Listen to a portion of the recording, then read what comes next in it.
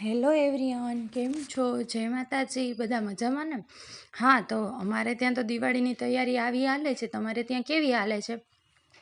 અત્યારે તો બધાને દિવાળીની તૈયારી ફૂલ જોરમાં ચાલતી હોય.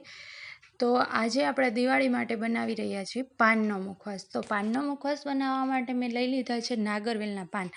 નાગરવેલના પાનને સરસ રીતે ધોઈ એકદમ કોરા કરી અને પાછળથી જે આપણે એમાં નાની નાની દાંડલી હોય ને એ બધી તોડી લીધી છે અને બધાને એક સરખી સાઇઝના વ્યવસ્થિત રીતે ઝીણા ઝીણા કટ કરી લીધા છે.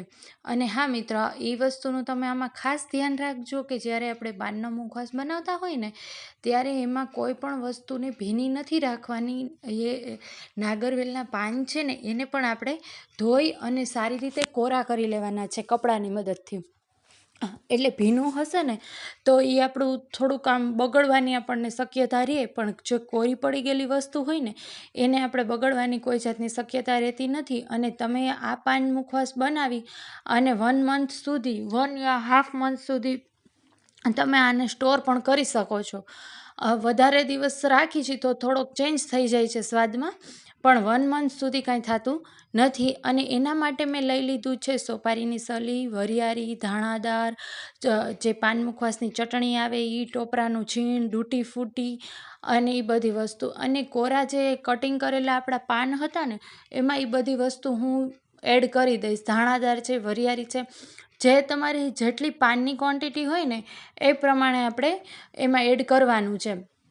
એટલે મારા પાનની ક્વોન્ટિટી અત્યારે 100 પાન જેટલા મારી પાસે પાન હતા, એટલે એમાં મેં બધું એક વાટકી જેટલું યુઝ કરેલું છે. અને જો પછી એમાં ઘટે તો તમે વધારે પણ યુઝ કરી શકો છો, જો તમને વધારે મસાલો જોતો હોય ને તો. પણ આ જે મેં માપ સાથે કરેલું છે ને એકદમ પરફેક્ટ માપ સાથે છે.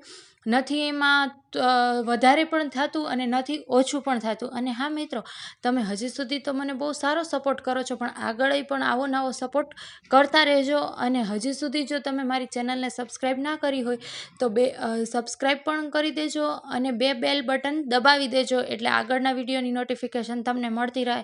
અને હવે પછી તો દિવાળી છે, એટલે આવી નવી નવી વસ્તુ અને યુનિકવાળી વસ્તુ જ આપણને બધી જોવા મળશે મારા ચેનલ ઉપર.